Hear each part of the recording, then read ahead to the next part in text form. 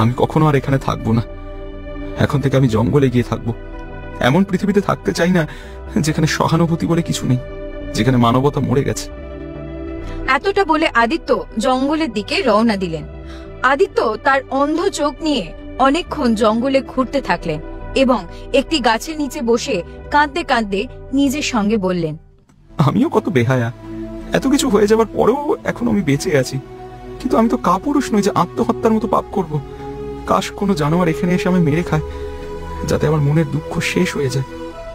তখনই আদিত্যর কানে একটা মিষ্টি কণ্ঠস্বর ভেসে এলো। এই, তুই কে রে? আর কাঁদছিস কেন? সেই কণ্ঠ শুনে আদিত্য চমকে উঠলেন এবং বললেন, তুমি কে? আমাকে একা ছেড়ে দাও। কণ্ঠটি আবার আদিত্যর কানে প্রতিধ্বনিত হলো। আমি একটা পাখি। এটা শুনে আদিত্য হতবাক হয়ে বললেন, পাখি? কিন্তু পাখি তো মানুষের কণ্ঠে কথা বলে না। আসলে সেটি সত্যি একটি পাখি ছিল, যে সেই গাছের ডালে বসেছিল, যার নিচে আদিত্য বসেছিলেন। সেই পাখি তৎক্ষণাৎ উড়ে এসে আদিত্যর সামনে বসলো এবং বলল, আমি এই জঙ্গলের দেবী, যে একটি পাখির রূপে থাকি। আমি তোর দুঃখ শুনছিলাম এবং তোর অশ্রুতে তার সততাও দেখছিলাম। বল, তুই কি চাস? আমি শুধু চাই আমার চোখটা ঠিক হয়ে যাক এবং আমি এত টাকা উপার্জন করি যাতে আর কোনো আদিত্যকে তার বিন্দিয়াকে হারাতে না হয়। আমি আমার সারাটা জীবন অন্যের সাহায্যে কাটাতে চাই, যাতে আমার মনটা শান্তি পায় আর বিন্দিয়ার আত্মাও শান্তি পায়। তোর চোখ ঠিক হতে পারে, কিন্তু প্রতিটি অলৌকিক ঘটনার একটি মূল্য আছে, সেটা দিতে হয়। তোকেও দিতে হবে। তোকে 3টি কাজ করতে হবে। হ্যাঁ বলো, কোন কাজগুলো করতে হবে? সত্য, সেবা এবং ত্যাগ। আদিত্য কিছুক্ষণ ভাবলেন এবং তারপর বললেন, আমার অন্ধত্ব দূর করার জন্য যে কোনো পরীক্ষা সহ্য করতে আমি প্রস্তুত। তাহলে ঠিক আছে, তোকে একজন ক্ষুধার্ত সাধুকে খাবার খাওয়াতে হবে। আমি তো অন্ধ, আমি কিভাবে বুঝবো যে আমার আশেপাশে কোনো সাধু আছে? আর আমার কাছে তো খাবারের কিছুই নেই, তাহলে আমি তাকে খাবার কিভাবে দেব? এটাই তো পরীক্ষা। এতটা বলে পাখি রঙিন কিরণে পরিণত হয়ে অদৃশ্য হয়ে গেল।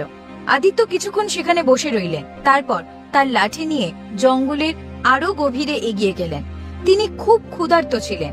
তখনই হঠাৎ প্রচন্ড হাওয়া বইল এবং একটি গাছ থেকে বড় ও মিষ্টি ফল ভেঙে নিচে পড়ল এবং হাওয়ার সঙ্গে গড়িয়ে আদিত্যর পায়ের কাছে এসে থামল। আদিত্য সেই ফলটি তুলে নিয়ে নিজের সঙ্গে বললেন, এটা তো একটা আপেল। আমার খুব খিদে পেয়েছে, আমি খাবারের খোঁজেই করছিলাম। তখনই আদিত্যর কানে একজন সাধুর কণ্ঠ ভেসে এলো, আমি 3 দিন ধরে ক্ষুধার্ত, তোর হাতে যে আপেল আছে সেটা আমাকে দে। আদিত্য এটা শুনে চমকে উঠলেন এবং নিজের সঙ্গে বললেন, আমারও তো খুব খিদে পেয়েছে, যদি আমি এই আপেল না খাই তাহলে কোথাও অজ্ঞান হয়ে যাব না তো? তখনই সাধুর কণ্ঠ আবার প্রতিধ্বনিত হলো, আমি 3 দিন ধরে ক্ষুধার্ত, আমাকে কিছু খাবার দে। সেই কণ্ঠে আদিত্য তরপ দেখতে পেলেন এবং তিনি সেই আপেল সাধুর দিকে এগিয়ে দিলেন। তখনই সেই সাধু পাখিতে রূপান্তরিত হলো এবং আদিত্যের কানে আবার সেই পাখির কণ্ঠ ভেসে এলো, তুই প্রথম পরীক্ষায় সফলভাবে উত্তীর্ণ হয়েছিস, কারণ সাধুর রূপে আমিই ছিলাম। তুই নিজে ক্ষুধার্ত ছিলি, কিন্তু তুই তোর খিদে একপাশে রেখে সাধুকে খাবার দিয়েছিস। এখন থেকে তোকে দ্বিতীয় পরীক্ষার জন্য উত্তীর্ণ হতে হবে। হ্যাঁ বলো, দ্বিতীয় পরীক্ষাটা কি বলো? তুই যেখানে দাঁড়িয়ে আছিস সেখানে তোকে সারা দিন এবং সারা রাত বসে থাকতে হবে, কিন্তু মনে রাখিস, রাতের সময় এই জায়গায় অনেক সিংহ আসে, তুই তাদের শিকার হতে পারিস। আমি তো আগেই মরে গেছি, আর তুমি এখন আমাকে ভয় দেখাচ্ছ। আমি প্রস্তুত। পাখি সেখান থেকে অদৃশ্য হয়ে গেল এবং আদিত্য সেখানে বসে পড়লেন। রাতের সময় একটি সিংহ আদিত্যর কাছে এলো এবং তাকে দেখে গর্জন করতে লাগলো, কিন্তু আদিত্য একটুও ভয় পেল না। কিছুক্ষণ সিংহ তার দিকে তাকিয়ে রইল, তারপর সেখান থেকে চলে গেল।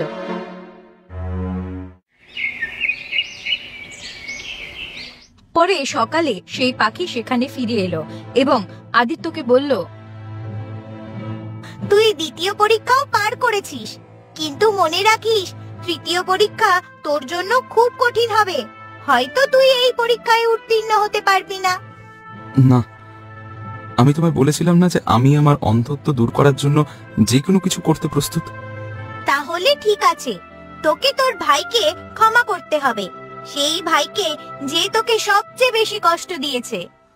এটা শুনে আদিত্য চমকে উঠলেন এবং বললেন, না না, এটা আমি পারবো না। তার জন্যই আমার স্ত্রী আমাকে ছেড়ে চলে গেছে, তার জন্যই তো আমি আজকে এখানে। আমার ভাই আমার সঙ্গে খুব বড় ধোঁকা করেছে। আমি বলেছিলাম না তুই তৃতীয় পরীক্ষায় উত্তীর্ণ হতে পারবি না। ভেবে নে, দুটো পরীক্ষা তুই পার করেছিস। যদি তৃতীয় পরীক্ষাটায় পিছিয়ে যাস তাহলে তুই চিরকাল অন্ধ থেকে যাবি, এই জঙ্গলেই ঘুরে বেড়াবি। আদিত্য গভীর চিন্তায় ডুবে গেলেন। হঠাৎ তার চোখের সামনে তার বাবার মুখ ভেসে উঠল। কিছুক্ষণ পর আদিত্য বললেন, ঠিক আছে, আমি আমার ভাই ধনীরামকে ক্ষমা করলাম। তোর কথায় সত্যতা আছে, আমি মনের ভিতরে দেখতে পারি।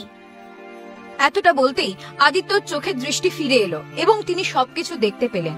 তিনি দেখলেন তার সামনে একটা সোনালী রঙের পাখি বসে আছে। আমি এখন সবকিছু দেখতে পাচ্ছি।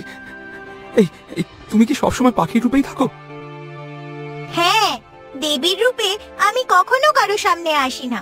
তুই যখন গাছের নিচে বসে কাঁদছিলি তখন আমি তোর তরফ দেখতে পারিনি, তাই তোর সাহায্য করার কথা ভেবেছি।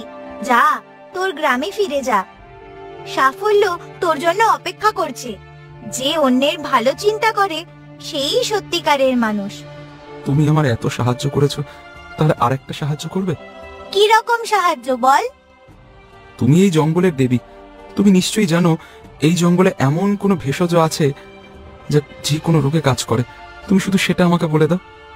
ঠিক আছে, তুই যেখানে দাঁড়িয়ে আছিস সেটা একটা অলৌকিক জায়গা। এখানে যত ভেষজ আছে সবই অলৌকিক। তুই এই ভেষজগুলো তুলে তোর গ্রামে নিয়ে যা এবং যারা কোনো রোগে ভুগছে তাদের খাওয়া। তাদের যত বড় রোগী হোক না কেন সব সেরে যাবে। কিন্তু এই রহস্যই রাখিস। আর হ্যাঁ, গরিবদের কাছ থেকে কখনো টাকা নিস না, আর ধনীদের কখনো ছাড়িস না। এতটা বলে পাখি রঙিন কিরণের সঙ্গে সেখান থেকে অদৃশ্য হয়ে গেল। আদিত্য তৎক্ষণাৎ তার গ্রামে ফিরে এলেন এবং তার ভাই ধনীরামের বাড়িতে গেলেন। তিনি তার ভাইকে বললেন, তুমি আমার সঙ্গে যা করেছো তা ক্ষমার অযোগ্য ভাইয়া, তবু আমি তোমাকে মন থেকে ক্ষমা করছি। তুমি তোমার বড় ভাই। আদিত্যকে দেখে ধনীরাম চমকে উঠলেন। তুই তো জন্ম থেকেই অন্ধ ছিলি আদিত্য, তুই দেখতে পাচ্ছিস কিভাবে? কিন্তু আদিত্য কোনো উত্তর দিলেন না এবং চুপচাপ সেখান থেকে চলে গেলেন। আদিত্য জঙ্গলে গেলেন এবং সেখান থেকে অনেক ভেষজ তুলে আনলেন। তিনি সোজা বৈদ্যের কাছে গেলেন এবং বললেন, আমার কাছে যে ভেষজ আছে তা দিয়ে সব রোগের চিকিৎসা করা যায়। এটা শুনে বৈদ্য চমকে উঠলেন এবং বললেন, তুমি একই কথা বলছো, আর তুমি তো অন্ধ ছিলে। বুঝে নিন, এই ভেষজ দিয়ে আমার চোখ ঠিক হয়েছে। যদি তাই হয় তাহলে প্রথমে পরীক্ষা করব এবং তদন্ত করব। তখনই একজন রোগী এলো এবং বৈদ্যকে বললেন, কয়েকদিন ধরে আমার দুই পায়ে খুব ব্যথা হচ্ছে বৈদ্যজি, সব জায়গায় চিকিৎসা করিয়েছি কিন্তু কোনো ফল হয়নি। বৈদ্য তৎক্ষণাৎ আদিত্যর দেওয়া ভেষজ রোগীকে দিলেন এবং বললেন, এগুলো খাও। রোগী ভেষজ খেয়েই বললেন, এটা তুমি কি জাদু করলে বৈদ্যজি, আমার পায়ের ব্যথা তো উধাও হয়ে গেল। এতটা বলে রোগী বৈদ্যকে টাকা দিয়ে সেখান থেকে চলে গেলেন। আদিত্য, এগুলো তো খুব অলৌকিক ভেষজ, তুমি এগুলো কোথা থেকে এনেছো? ওটা আমি বলতে পারবো না বৈদ্যজি। আমি এখানে শুধু এসেছি যাতে আপনার সঙ্গে থেকে গরিবদের চিকিৎসা করতে পারি, যাতে আর কোনো অন্ধ আদিত্যকে তার পঙ্গু বিন্দিয়াকে হারাতে না হয়। আদিত্য সেই দিন থেকে বৈদ্যর সঙ্গে মিলে রোগীদের চিকিৎসা শুরু করতে লাগলেন। গরিবদের তিনি বিনামূল্যে চিকিৎসা দিতেন। দেখতে দেখতে আদিত্য গ্রামের সবচেয়ে ধনী ব্যক্তি হয়ে উঠলেন। তার ভাঙাচোরা কুড়ে ঘরের জায়গায় এখন একটি আলিশান হাভেলি দাঁড়িয়ে গেল। ইতিমধ্যে ধনীরামের ব্যবসা হঠাৎ বন্ধ হয়ে গেল। তিনি তার স্ত্রীকে বললেন, আমরা তো ধ্বংস হয়ে গেলাম, ব্যবসাও বন্ধ হয়ে গেল, আর আমি ঋণে জর্জরিত হয়ে পড়েছি। আমি গ্রামের জমিদারের কাছ থেকে অনেক ঋণ নিয়ে বেশি মুনাফার জন্য ব্যবসায় লাগিয়েছিলাম, কিন্তু সব শেষ হয়ে গেল। জমিদার প্রতিদিন তার টাকা চাইতে আসছে। যদি আমি তার টাকা না দিই, আর সেই দিন বেশি দূরে নয় যখন এই হাভেলিও আমার হাত থেকে চলে যাবে। ওইদিকে তোমার ছোট ভাই তো গ্রামের সবচেয়ে ধনী ব্যক্তি হয়ে গেছে, তুমি তার কাছে সাহায্য চাও না কেন? ধনীরামের চোখে জল এলো এবং তিনি বললেন, আমি তার কাছে কোন মুখে সাহায্য চাইবো? যখন তার স্ত্রী তরপাচ্ছিল, আমি তখন তাকে টাকার জন্য একটা কানা করিও দিইনি। তবু তুমি বলছো যখন, আমি একবার তার কাছে নিশ্চয়ই সাহায্য চাইবো। ধনীরাম আদিত্যের হাভেলিতে চলে গেলেন।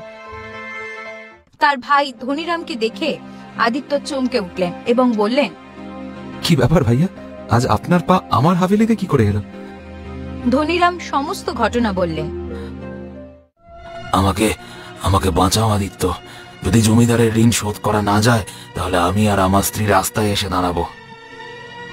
আদিত্য হাসতে লাগলেন এবং বৈদ্যের দিকে তাকিয়ে বললেন, বৈদ্যজি, এনাকে টাকা দিয়ে দিন। আদিত্য, এটা তুমি কি করছো? এই ভাই তোমার সঙ্গে কত খারাপ ব্যবহার করেছিল। আমি জানি বৈদ্যজি, কিন্তু আমি টাকা দিয়ে এটা প্রমাণ করতে চাই যে আমি ওর মতো পশু নই। আমার মধ্যে মানবতা আছে বৈদ্যজি, যা তার মধ্যে শেষ হয়ে গিয়েছিল। আমি আমার বড় ভাইকে ক্ষমা করেছি শুধুমাত্র মানবতার খাতিরে। কিন্তু এখন আর তাকে আমার বড় ভাই বলে মানি না। বিশ্বাস করুন, এর জায়গায় যদি কোনো ভিখারিও আমার কাছে সাহায্য চাইতো, আমি তারও সাহায্য করতাম। বৈদ্য ধনীরামকে টাকার থলি দিয়ে দিলেন। ধনীরাম ক্লান্ত এবং অপমানিত হয়ে জমিদারের ঋণ শোধ করতে এলেন। কিন্তু তারপর তিনি আর কখনো ধনী হতে পারলেন না। তিনি এবং তার স্ত্রী সবসময় কোনো না কোনো আক্ষেপে ডুবে থাকতেন যে তারা তাদের অন্ধ ভাইয়ের সঙ্গে কত খারাপ ব্যবহার করেছিলেন।